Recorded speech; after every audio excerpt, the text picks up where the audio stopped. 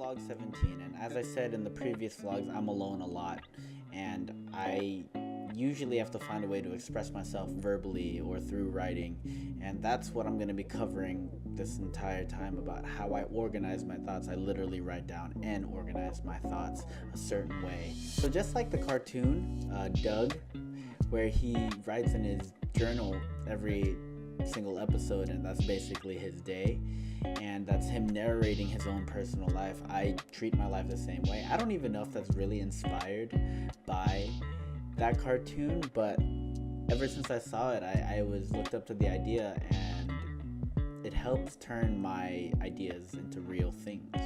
So when I was 10 years old, I started writing in this.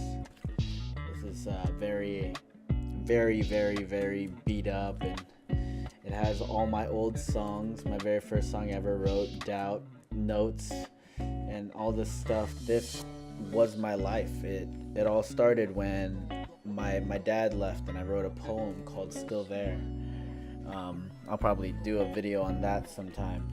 I stopped writing in it probably around when I was 23 or 24 years old, because I was busy and I didn't need to express myself vocally because I was dancing a lot. But now, today, I have found my old Cal State Fullerton one. It's a lot nicer, same color-ish, and this is where I do it now. And what I do is, it could be anything. It could be a song that I want to write. It could be just a feeling that I have, a poem I want to write, a story I want to tell, and I start writing in it. And then this is divided into like 6 different sections, and then I put a little table of contents of what each page is, because I number all the pages, and I literally organize my thoughts. And that's the cool thing about having a notebook like these, is that you turn your ideas, everything you're thinking of on your own, into real things by writing it down and putting it into the real world. Like, if you just think of it, nobody else knows it but you write it down somewhere. Somebody could read it, you can reread it, you can forget about it and then read it again. It's something real at that point, and that's why writing is unique in a sense. It also really helps me through the hard times when I want to talk to somebody and express myself. And even though you're talking to somebody, you're expecting a reaction from that person. And when you write it out, you can give yourself your own reaction that way. I know it sounds incredibly self-absorbed, and it really is, but sometimes that's what you need, especially if you're by yourself a lot, to have that affirmation from yourself to help you just cope with any type of sadness or discomfort that you feel. And it's always there. It's always going to be there. There's always going to be blank pages to fill out. So it keeps your mind occupied, because you're constantly thinking. And then if it becomes a habit, you start to think, oh, I should write that down. And boom, you have some place to write it down. Brainstorming ideas. You don't have to pick a certain situation or place to write something down or person to tell it to. You can just unload it right there, and it's set in storage. And you can do this digitally, but I feel it's not the same. Typing it out, you don't feel as connected to it, because we type every day and we type things all the time, and we post posts on Facebook, but it never feels real. It feels like you post it because, like, yeah, I know I'm going to have it, but you never look back to it. Meanwhile, you have this physical book that contains it all, and you can touch it and feel it. It's in the real world. The only way to delete it is to throw it away, send it off somewhere forever, or burn it. And those are all 3 very real things that you physically have to push yourself to do. And I said it in the last vlog. When I watched it again, it made me kind of laugh how social media is my best friend. Not my best friend, I guess, just expressing some places where I can express myself is my best friend, is what I meant by that. That's why I use Twitter. That's why I use these books to express myself.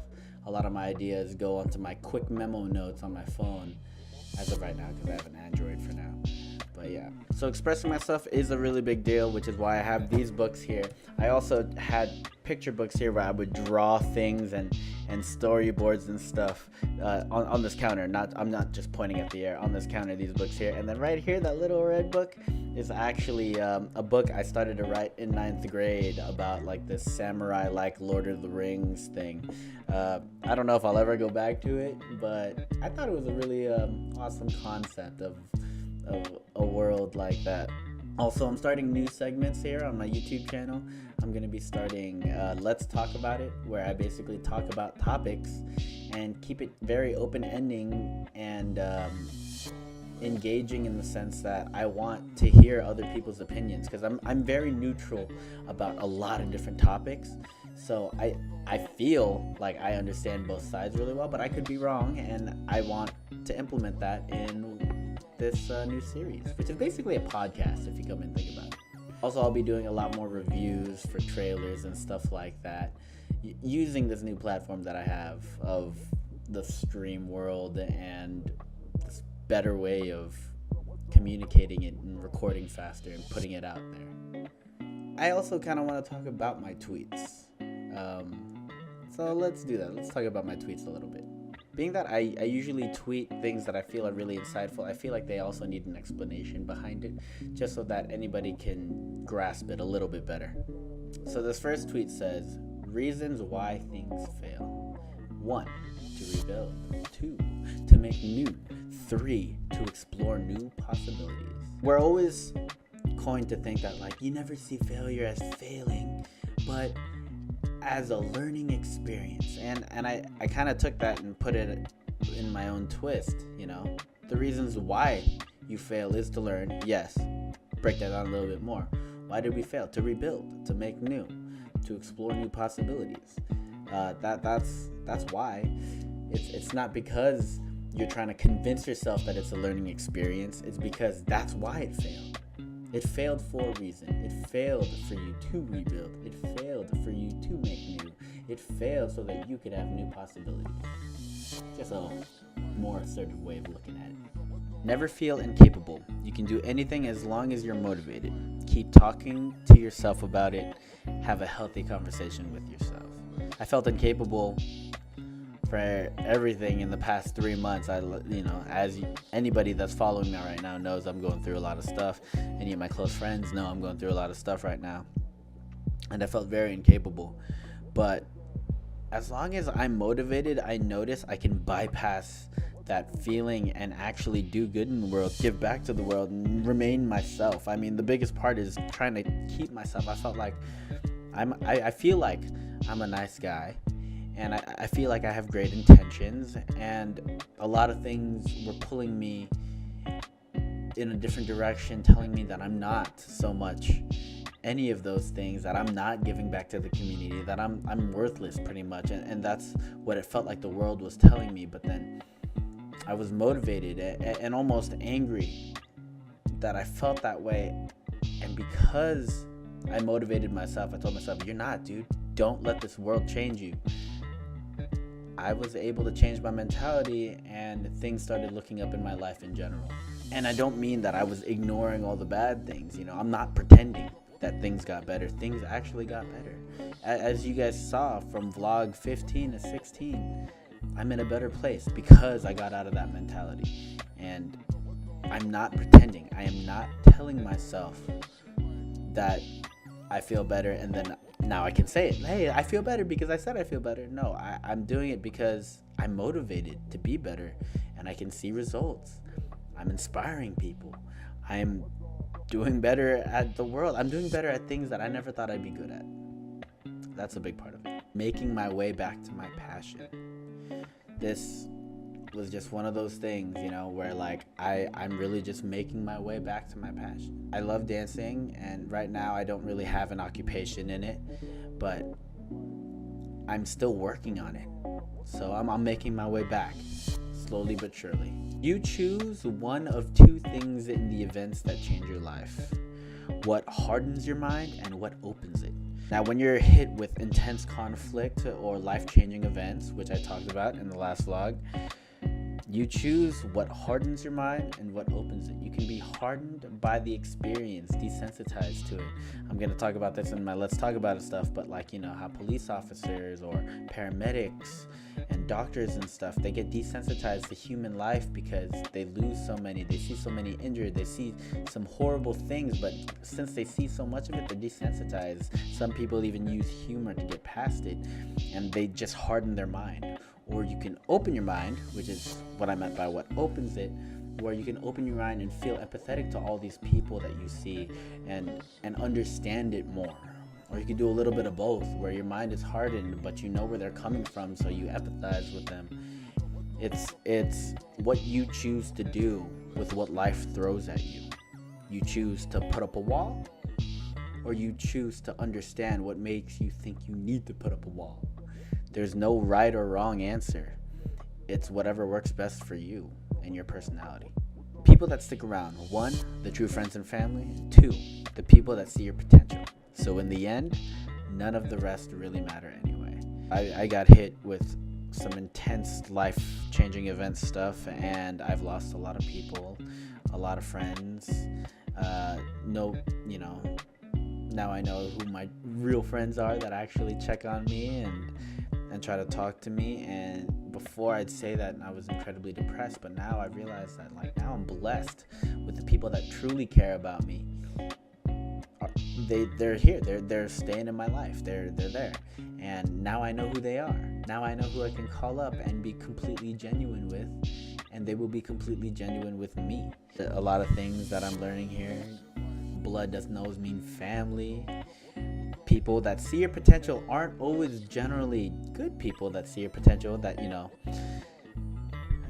they could see your potential and keep you around just because they're afraid of what you can become. Doesn't always mean that they're good. They stick around for a reason. They stick around for themselves. They stick around to make sure that they're not going to be on your bad side because they know how bad your bad side is, or they know how good your good side is, so they're sticking around. Doesn't always mean that they have the best intentions, but these are the people that stick around, the true friends and family, and the people that see your potential. I've been raised different, never part of the norm, always different or weird. I never conform. That rhymes. I could turn this into a song.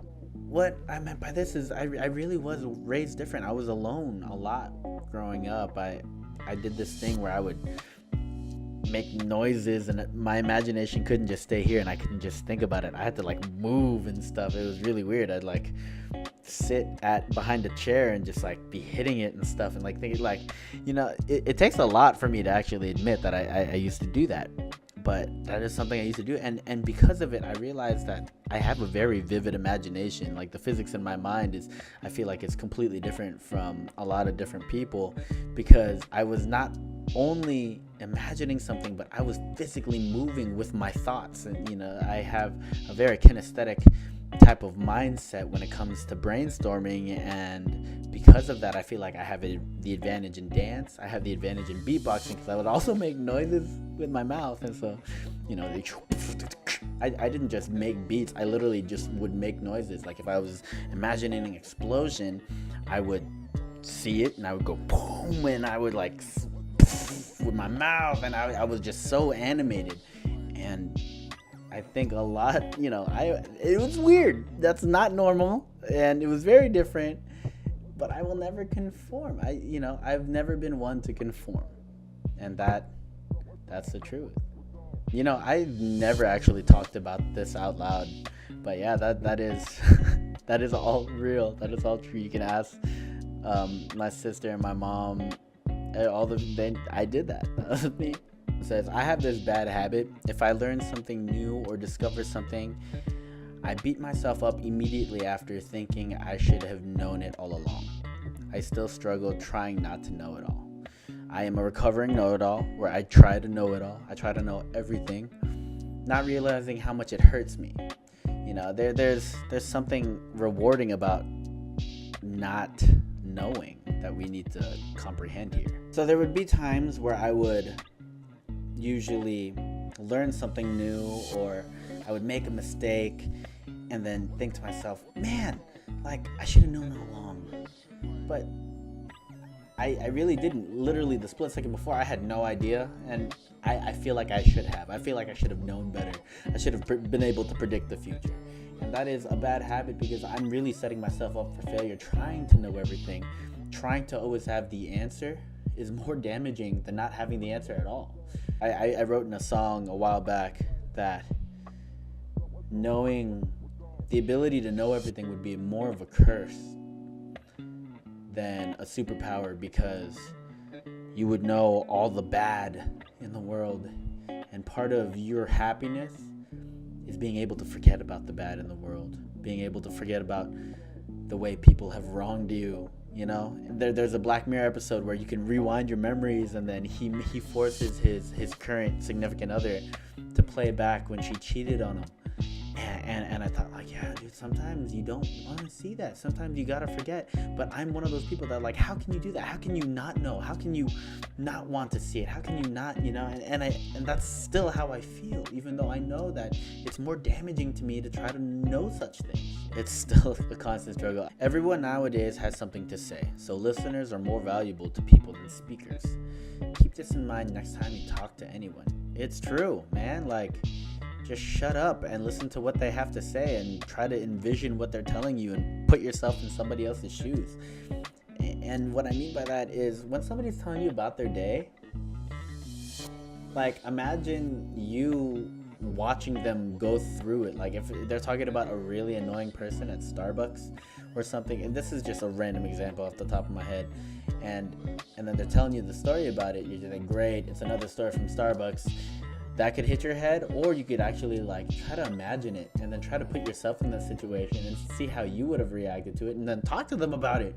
Converse, connect, socialize, you know, like, listen to what that person has to say, even if the story is incredibly stupid or smart, or, I mean, that's all your own opinion anyways, but just listen to somebody when they're talking to you. When I say listen, a lot of people misjudge listen and obey. Like, obey what they tell you.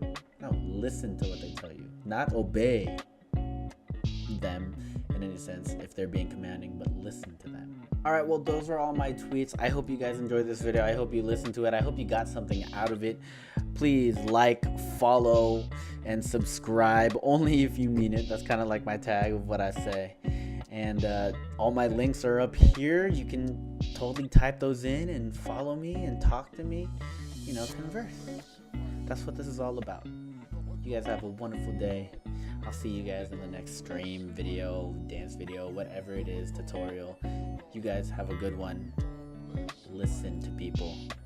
It's the number one thing I want you to take from this. Peace.